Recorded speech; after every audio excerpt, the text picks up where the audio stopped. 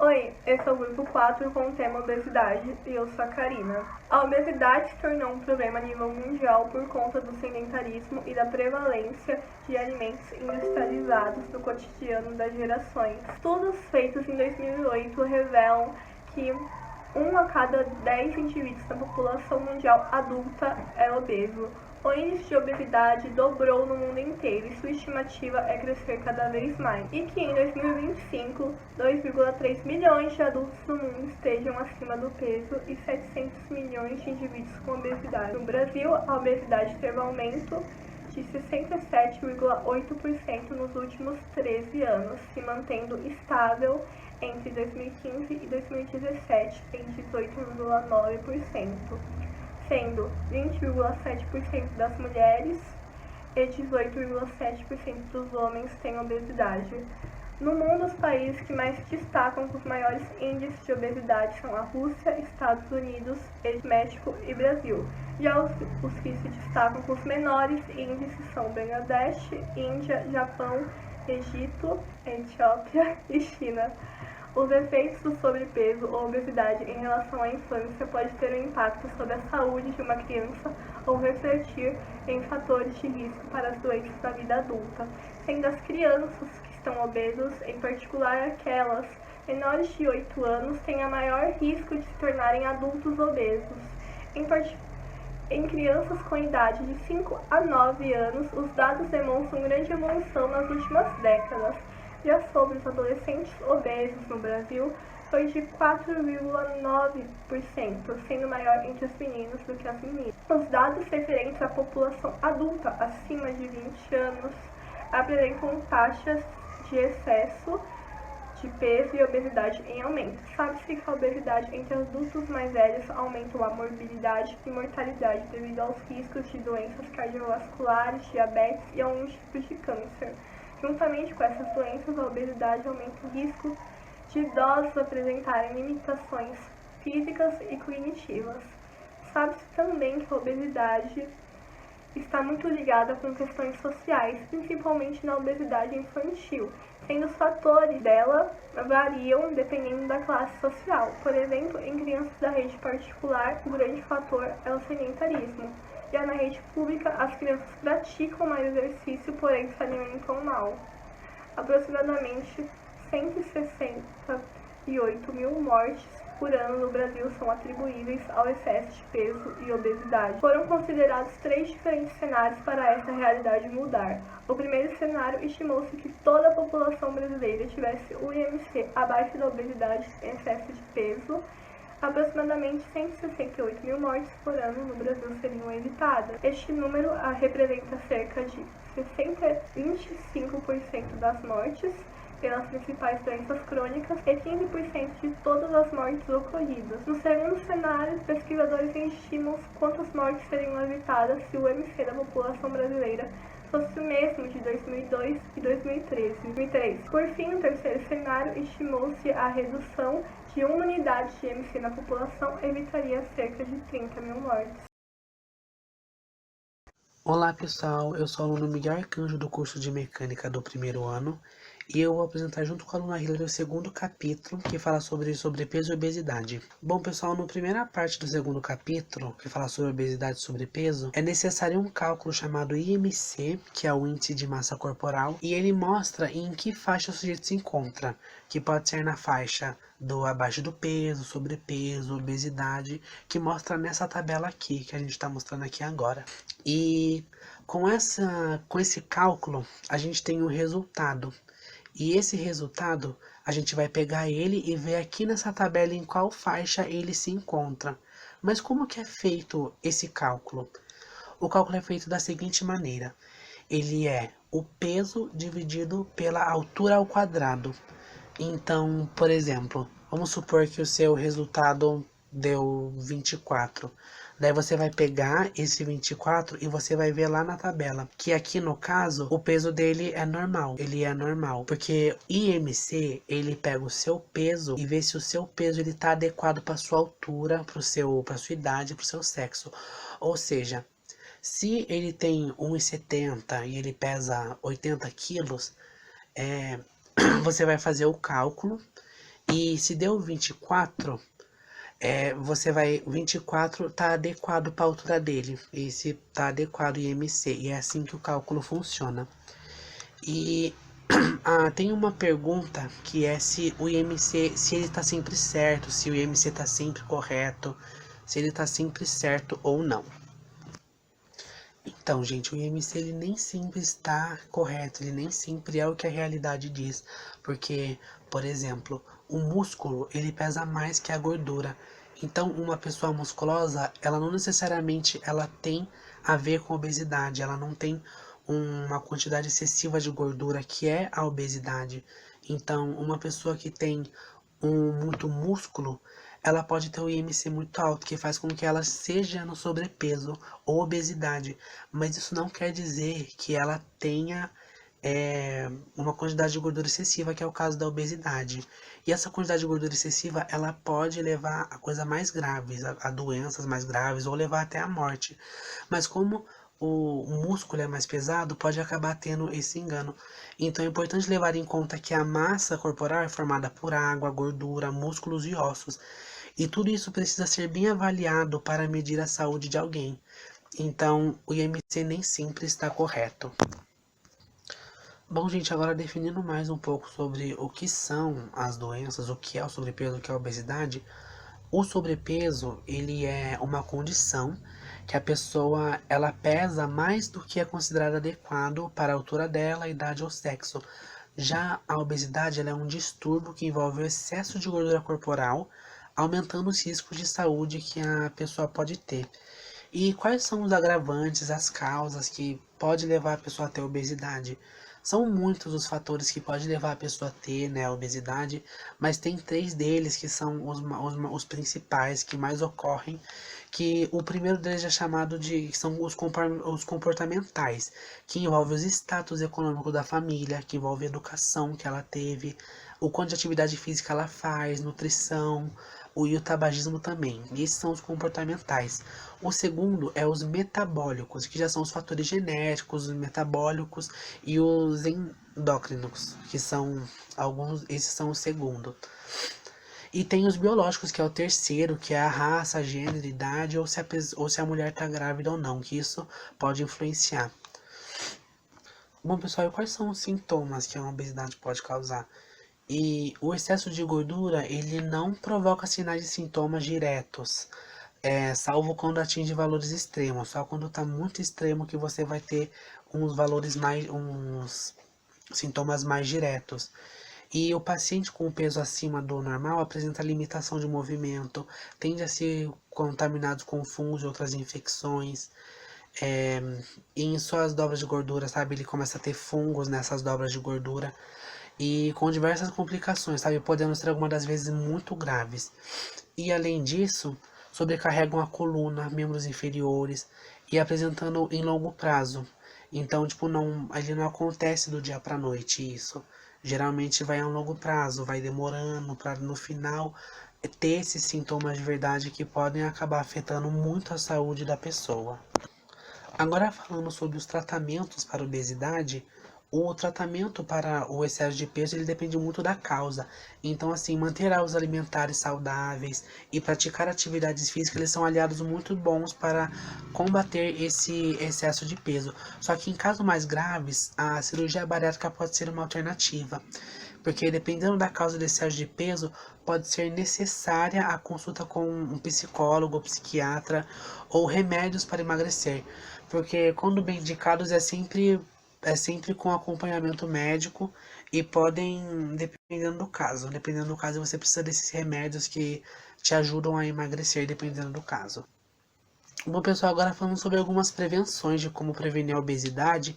Em geral, é possível prevenir o excesso de peso com hábitos alimentares saudáveis e atividades físicas regulares, porém, existem casos genéticos e não podem mudar a genética, ou seja, tipo, se você nasceu predisposto com obesidade, se você nasceu por algum fator genético, infelizmente não dá para prevenir. Mas um ótimo exercício para aumentar o metabolismo e meio que amenizar a massa muscular e a musculação em pessoas com sobrepeso e obesidade é um exercício essencial, pois eles fortalecem as articulações, fazer musculação. Isso aumenta o metabolismo e a articulação ficam muito mais fortes.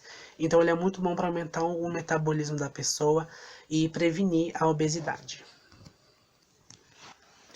Agora falando sobre a obesidade mórbida, que ela é um caso mais grave, ela é um termo medicinal que indica pessoas com grande excesso de peso e com o IMS acima de 40. E conforme a idade da pessoa com obesidade, ela tem chances de 6 a 12 vezes maiores de morte do que uma pessoa saudável. E além disso, ela apresenta riscos elevados de complicações caso não sejam tratadas de maneira adequada.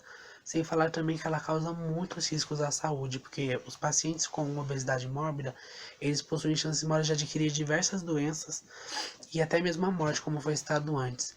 E as principais doenças são aquelas doenças cardíacas ou de circulação, como por exemplo derrame, infarto, hipertensão arterial, diabetes, câncer e alguns problemas psicológicos como depressão. Então ela causa muitos riscos e ela precisa ser muito bem tratada.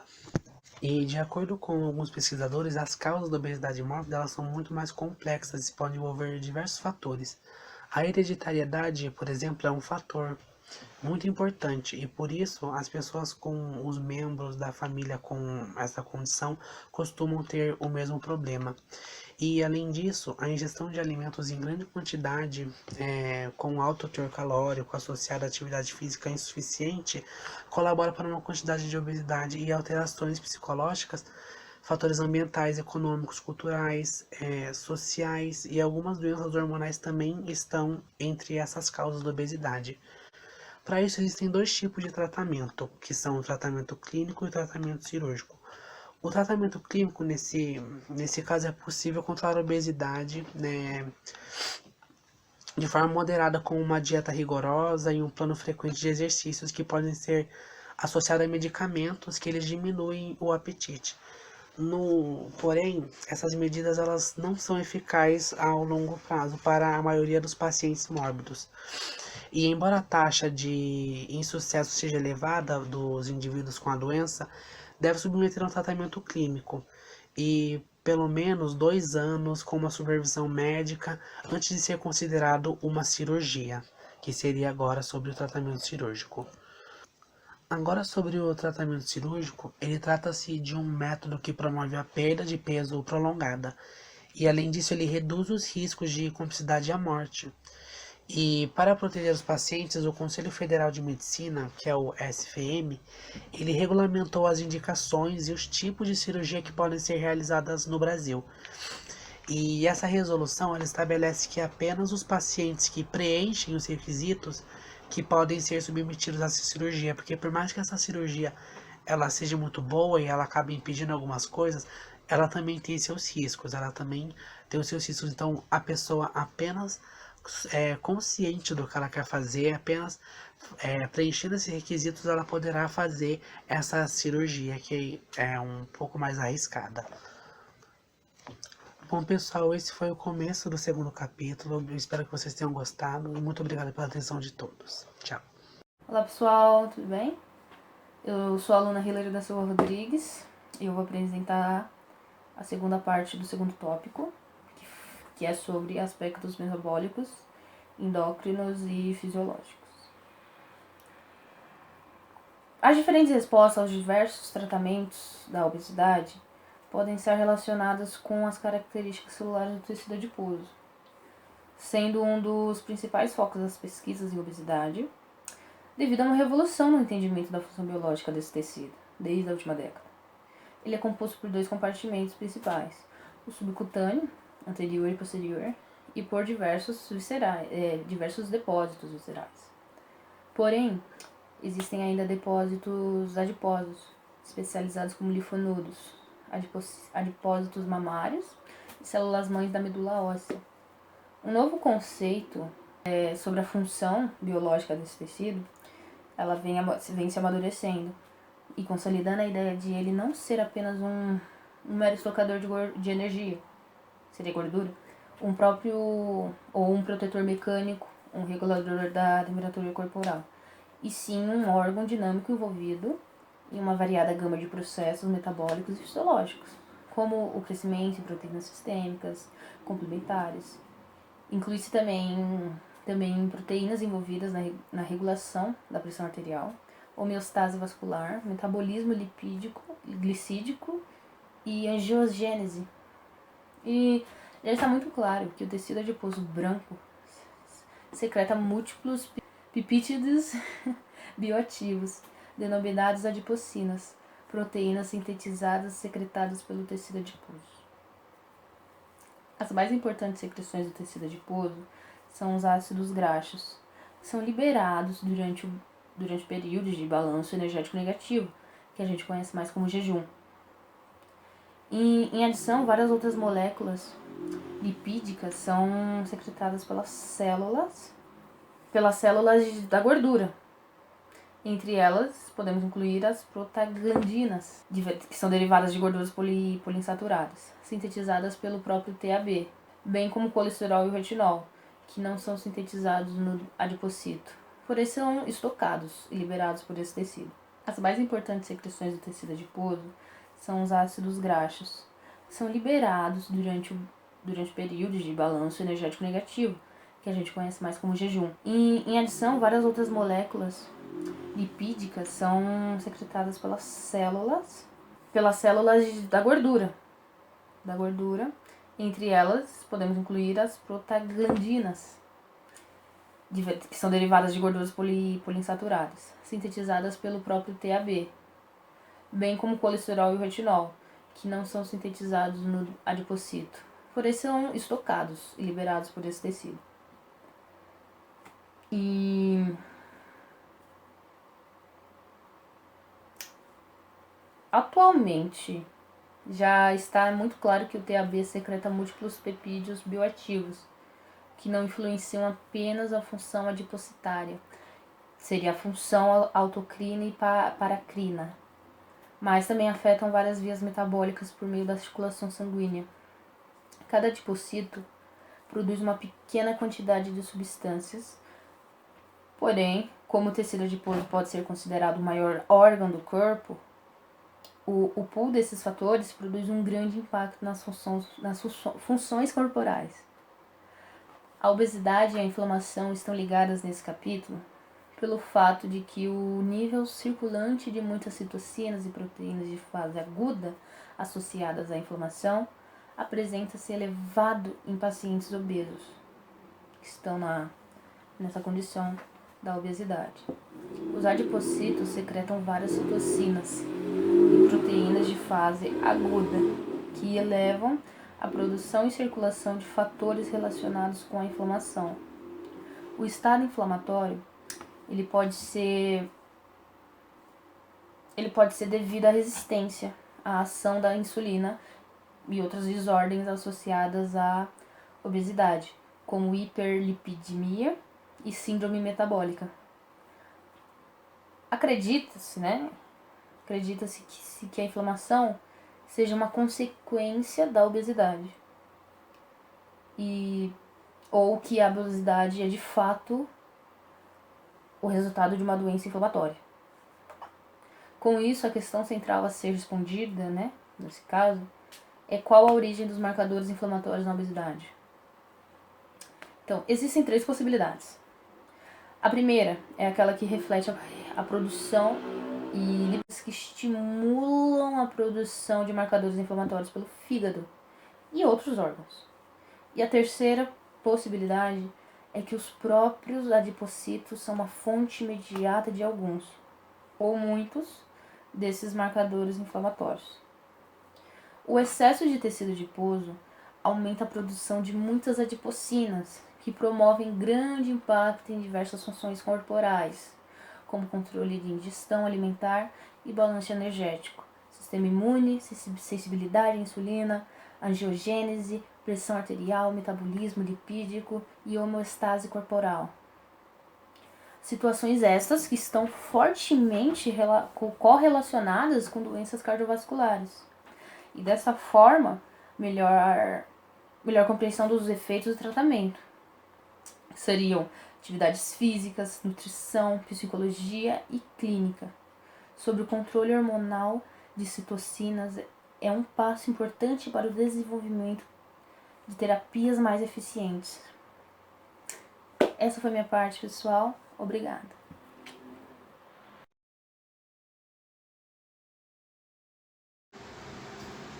Olá! O meu nome é Letícia Vitória Alves Barroso e agora que estamos no capítulo 3, que fala sobre a prática do exercício físico como estratégia preventiva e terapêutica, eu vou explicar uma das partes que abordamos sobre esse tema. Primeiro é o preventivo, antes do indivíduo ter a doença, então antes do indivíduo ter a obesidade no caso. A prevenção total ou parcial. As causas da obesidade não são apenas individuais, mas também ambientais e sociais, sobre as quais o indivíduo tem pouca ou nenhuma capacidade de interferência, como os fatores biológicos, históricos, ecológicos, econômicos, sociais, culturais e políticos. Está relacionada também à má alimentação, aos modos de comer e de viver da atualidade, e também ao sistema alimentar vigente no país. Estudos indicam que o mais adequado para avaliar possibilidades de intervenção que devem combinar mudanças ambientais com as comportamentais. Na questão da obesidade, em geral, há um consenso de que ações centradas nos indivíduos não seriam as mais adequadas. A sociedade moderna é muito obesogênica e muitos fatores conspiram contra uma ação individual visando a prevenção. Em geral, as intervenções que produziram efeitos positivos na prevenção de ganho de peso apresentaram as seguintes características. Os programas foram relativamente intensivos, em média de 40 horas de intervenção, variando de 3 a 120 horas, durante meta-análises. Tipos metodológicos de pesquisa. Sobre programas de prevenção sugerem que intervenções com muitas sessões e mais longas produziram efeitos superiores às intervenções mais breves e as intervenções com duração mais longa proporcionam uma oportunidade maior para a apresentação de informação e mudanças no comportamento, mas as custos, valores e muitas vezes de difícil implementação. Em relação à obesidade infantil, é muito importante o jovem ter bons exemplos de um estilo de vida saudável em sua própria casa.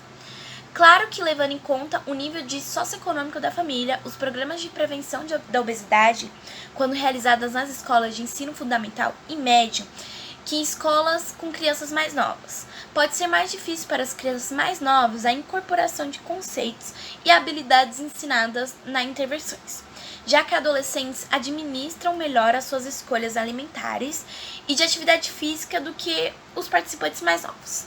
As intervenções foram mais eficazes quando oferecidas a participantes que apresentavam maior risco de sobrepeso ou obesidade, os chamados programas mais população de risco. Não podemos deixar de fora a atividade física, sendo um consenso que ela reduz a obesidade. Porém, a sua eficácia ao longo do prazo, ela ainda não está claramente estabelecida. Entre os estudos sobre o papel de atividade física na obesidade, somente alguns têm dados de segmento a longo prazo. Além disso, poucos estudos avaliaram especificamente o efeito do exercício no tratamento da obesidade, embora a maioria dos programas recomendaram a atividade física regular. Entre os programas de prevenção, há os que promoveram atividades físicas e aqueles que simplesmente recomendaram. Os programas que aumentaram diretamente a atividade física tiveram efeitos maiores do que aqueles que só recomendaram.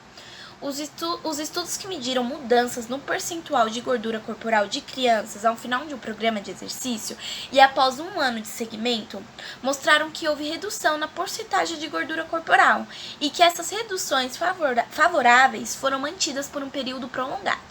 Entretanto, nenhum estudo usou o exercício isoladamente como tratamento. Os efeitos do exercício ou atividade física são encorajadoras e podem ser importantes para melhorar não só a obesidade, mas a comorbidades.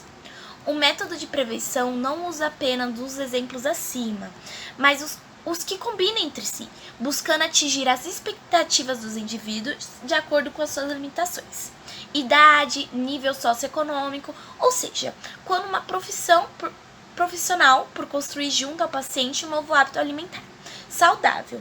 E ele precisa usar os alimentos que ele goste, sejam de acessíveis. Caso contrário, o paciente irá voltar à sua antiga rotina. Isso se repete com os outros métodos. Então, foi isso. Espero que vocês tenham gostado da minha parte. Vamos ao resto. Oi, eu sou a Luane e eu vou falar sobre o capítulo 3, que é a prática do exercício físico como estratégia preventiva e terapêutica. Eu vou falar a parte terapêutica, onde o indivíduo já tem a doença e funciona como adjuvante ao tratamento farmacológico. Vou falar sobre restrição alimentar e exercícios físicos, os medicamentos e os casos de cirurgia. O controle alimentar ele é fundamental para atingir tal objetivo. Programas de exercícios sem restrições alimentar são menos eficientes.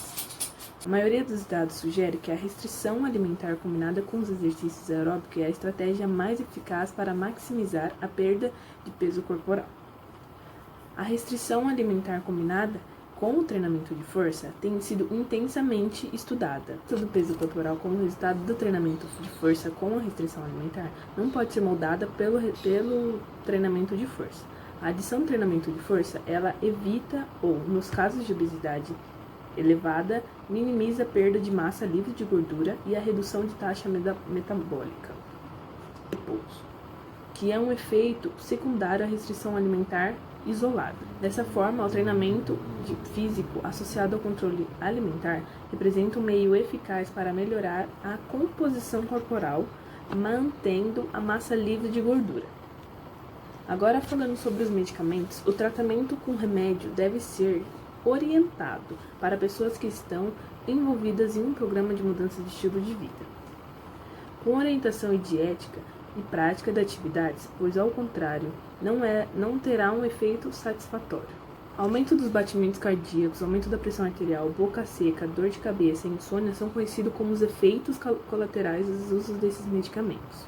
O Orlistat inibe algumas enzimas do estômago e do intestino, o que bloqueia a digestão e a absorção de parte da gordura dos alimentos. Existem tipos de medicamentos que possuem funções diferentes, entre eles inibir o apetite, reduzir a absorção do trato gastrointestinal e os termogênicos que aumentam o gasto energético ao longo do dia. Falando sobre as cirurgias, sobre os casos. Em decorrência de todas as modalidades de tratamento clínico da obesidade serem, via de regras, ineficazes para o subgrupo de pacientes com obesidade mórbida. Esse deve ser considerado para o tratamento cirúrgico. Os critérios para a indicação de tratamentos cirúrgicos para a obesidade foram definidos pelo painel da Conferência de Desenvolvimento de Consenso do Instituto Nacional dos Estados Unidos em 1991 e incluem os pacientes com MC maior do que 40, pacientes com MC maior do que 35, que representam comorbidade cardiopulmonar grave ou diabetes graves. E ainda pacientes que avaliados por médico experiente em matéria de tratamento de obesidade tenham pequena probabilidade de sucesso com a medida não cirúrgica, reconhecidos de controle de peso ou por retulância. Em particular desses programas, pacientes com síndrome de obesidade terminal devido à sua delicada condições de saúde devem ser internados no pré-operatório para tratamento de complicações, de modo a diminuir o risco cirúrgico. A abordagem do paciente deve ser realizada por equipe multidisciplinar, envolvendo endocrinologista, nutricionista, psicólogos ou psiquiatras e cirurgião, todos com experiência e interesses do tratamento da obesidade. É aconselhável que os serviços dedicados aos tratamentos da obesidade tenham as suas rotinas elaboradas e impressas ou divulgadas para seus pacientes na forma de manuais, de modo que seus pacientes familiares tenham acesso às informações sobre os aspectos da obesidade como incidência, complicações, tratamentos e, sobretudo, sobre a ótica de uma abordagem multidisciplinar. Olá, eu sou Isadora e agora nós vamos falar sobre os exercícios que podem ser usados tanto para a prevenção quanto para a terapia da obesidade e do sobrepeso.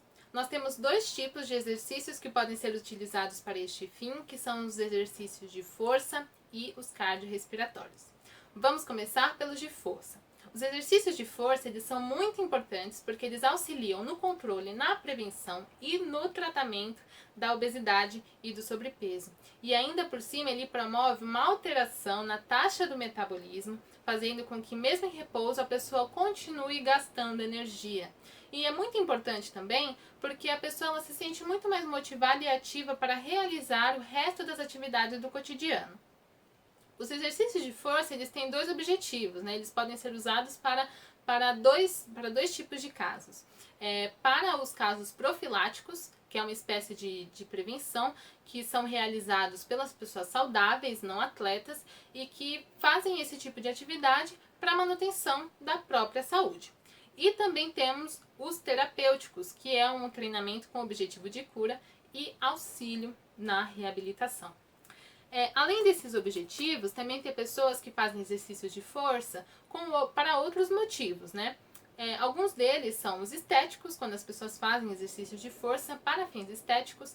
Também temos os fins recreativos, que são quando as pessoas fazem esses exercícios de força para lazer, para socialização, para diminuir o estresse. E também temos os treinamentos, né? Que são quando as pessoas elas juntam, é uma espécie de conjunto dos exercícios de força com outros tipos de exercícios, sejam eles de força ou não, mas é um complemento do seu próprio treinamento. Então ela inclui esses exercícios de força como complemento do treinamento que ela mesma tem.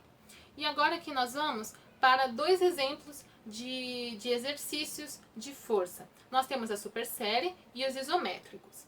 A supersérie é uma sequência de 4 ou mais exercícios no mesmo grupo muscular, porém não tem descanso entre eles. Então, quando a pessoa ela faz uma supersérie, ela faz uma sequência de 4 ou mais exercícios, visando, focando um certo grupo de músculos, e ela não descansa entre esses exercícios.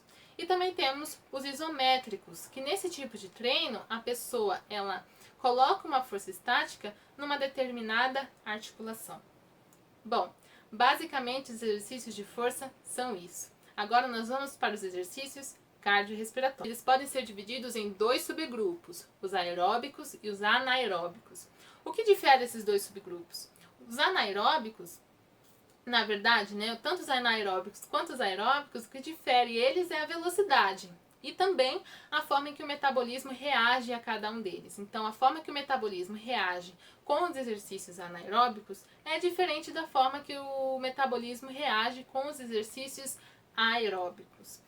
E ainda por cima, o treino cardio, também conhecido por conta da sua abreviação, pode proporcionar ao praticante, a pessoa que está praticando esses exercícios de cardio respiratório, ele promove uma adaptação cardiovascular e respiratória, fazendo com que a pessoa sinta uma maior resistência e uma diminuição do cansaço. Então, quem pratica esses exercícios cardiorrespiratórios se sente menos cansada. Por quê? Porque ela está trabalhando essa parte da respiração também nos exercícios cardiorrespiratórios. Agora que nós vamos ver alguns exemplos de exercícios cardiorrespiratórios. Nós temos a corrida, que é uma ótima escolha para quem está querendo fazer exercícios cardiorrespiratórios. Por quê? Porque é uma atividade muito versátil, que pode ser feito em qualquer ambiente, em qualquer momento do dia. Também temos a caminhada, que é uma ótima atividade também para os iniciantes, para quem está começando. Por quê? Porque é uma atividade que não força muitas articulações, como na corrida, por exemplo. E também temos a natação, que é uma ótima escolha para quem quer começar a fazer os exercícios cardiorrespiratórios, como para quem já faz e quer incluir algum outro exercício na sua rotina. É uma ótima escolha, por quê? Porque não é um exercício que causa muito impacto, por conta de ser um exercício realizado dentro da água. E ainda por cima, ajuda no emagrecimento e aumenta a massa muscular. Também temos pular corda, que é uma ótima escolha também, porém é preciso ter calma. Por quê? Porque preciso começar devagar, Porque às vezes a gente se empolga e a gente pode acelerar, e no caso do pular corda, pode ser prejudicial tanto para os joelhos quanto para os tornozelos. E isso serve para qualquer outro tipo de atividade física. É muito importante começar com calma e depois ir acelerando o ritmo com o tempo. E também temos, por último, mas não tão menos importante, temos o HIIT. Por quê? Porque esse é um treino que consiste em fazer um movimento, né, de alta intensidade por um curto período de tempo, com intervalos, com descansos intercalados. Bom, por hoje foi isso. Exercícios, né? São esses exercícios que podem ser usados tanto para a prevenção quanto para a terapia da obesidade e do sobrepeso.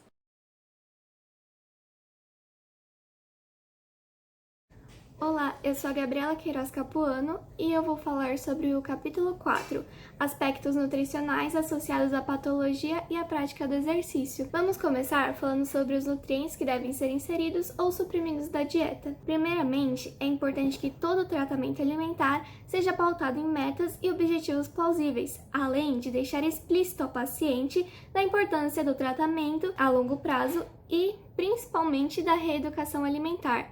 Dietas extremamente rigorosas e inadequadas podem levar o paciente ao abandono do programa alimentar. O ideal é que a dieta para emagrecimento seja balanceada nutricionalmente e esteja associada a um programa regular de atividades físicas e mudança de hábitos. Segundo a ABESO, a quantidade de carboidratos de uma dieta precisam corresponder de 55% a 60% do valor energético total, no qual 20% desses precisam ser de carboidratos simples e o restante de carboidratos complexos. Os carboidratos exercem um importante papel no metabolismo energético, sendo essenciais para o trabalho celular. O consumo de carboidratos na dieta é essencial para que o organismo possa ter suas funções ativas. Outro tipo de carboidrato fundamental em uma dieta de emagrecimento são as fibras. Elas são classificadas como carboidratos não digeríveis e, uma vez incorporadas na alimentação habitual, são uma ferramenta importante no planejamento de redução de massa corporal, pois apresentam mecanismos fisiológicos que auxiliam no processo de emagrecimento. O consumo ideal de fibras varia de 20 a 30 gramas por dia. As proteínas exercem diversas funções no organismo, já que são a base de diversas estruturas. Suas funções vão desde proteínas estruturais, na formação de tecidos, órgãos, hormônios proteicos, anticorpos do sistema imune, regulação do equilíbrio ácido básico, proteínas de transporte com as lipoproteínas ou as proteínas de membrana, que podem formar canais pela membrana celular, transportando um grande número de substâncias para dentro ou fora da célula. Os lipídios exercem diversas ações boas no organismo, porém, a sua ingestão elevada pode promover uma ingestão passiva de alimentos altamente calóricos, que levam à obesidade e à gordura diética, principalmente a gordura saturada, podendo influenciar a ação da insulina pelo acúmulo de lipídios no músculo. Dietas balanceadas devem apresentar um baixo teor de lipídios, com essencial atenção para a qualidade do lipídio que compõe o cardápio. A recomendação diária de ingestão de lipídios corresponde de 20 a 25% do valor energético total, sendo menos de 7% de gorduras saturadas, 10% de poliinsaturadas e até 20% de gorduras monoinsaturadas. As proteínas exercem diversas funções no organismo, já que são a base de diversas estruturas. Suas funções vão desde proteínas estruturais, na formação de tecidos, órgãos, hormônios proteicos, anticorpos do sistema imune, regulação do equilíbrio ácido básico, proteínas de transporte com as lipoproteínas ou as proteínas de membrana, que podem formar canais pela membrana celular, transportando um grande número de substâncias para dentro ou fora da célula. Dietas hiperproteicas podem promover a redução de massa corporal e melhorar a glicemia e outros parâmetros metabólicos. Porém, a sua efetividade a longo prazo ainda não está estabelecida. A ingestão recomendada de proteínas diariamente é de 15% do valor energético total. Agora, para facilitar, aqui está uma tabela com as quantidades recomendadas nos nutrientes falados anteriormente. Por fim, precisamos associar todas essas informações com a prática de exercício físico, já que juntos eles apresentam resultados melhores. No início da dieta, é sempre importante adequar o valor calórico, já que o paciente obeso não consegue realizar todos os exercícios físicos propostos, fazendo com que ele não consiga gastar todas as calorias necessárias para a perda de peso. Sendo assim, a restrição calórica é muito importante para a redução de massa corporal. Para emagrecermos, precisamos diminuir os carboidratos e os lipídios e aumentar as fibras, proteínas e nutrientes. Os exercícios gastam as calorias em excessos adquiridas pela ingestão de lipídios e carboidratos, fazendo com que a massa de gordura diminua, enquanto as proteínas e os nutrientes são adquiridos com uma alimentação mais saudável. É sempre importante lembrar que é necessário procurar um médico e um professor de educação física para elaborar uma dieta e balançá-la com um exercício físico adequado para cada paciente. A combinação de exercício físico com a dieta traz melhores chances de emagrecer e de ter uma vida mais saudável.